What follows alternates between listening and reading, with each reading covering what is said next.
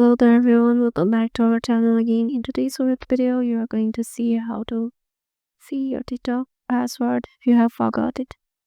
To Let me tell you that if you have forgot your TikTok password, there is currently no way to see your TikTok password again, but you can reset your password. So there is a way so that you can reset your password.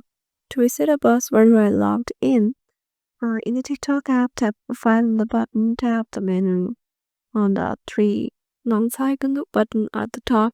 Then go to Settings and Privacy, tap on Account, then tap on Password, and follow the instructions to set your password.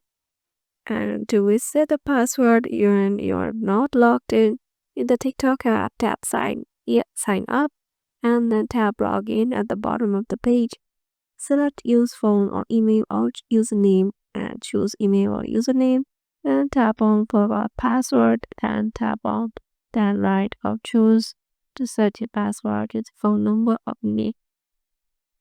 So if you joined TikTok using another social media account, you need to reset the password from the platform.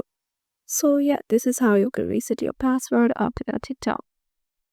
Hope this video helped you out and we will see you in the next one.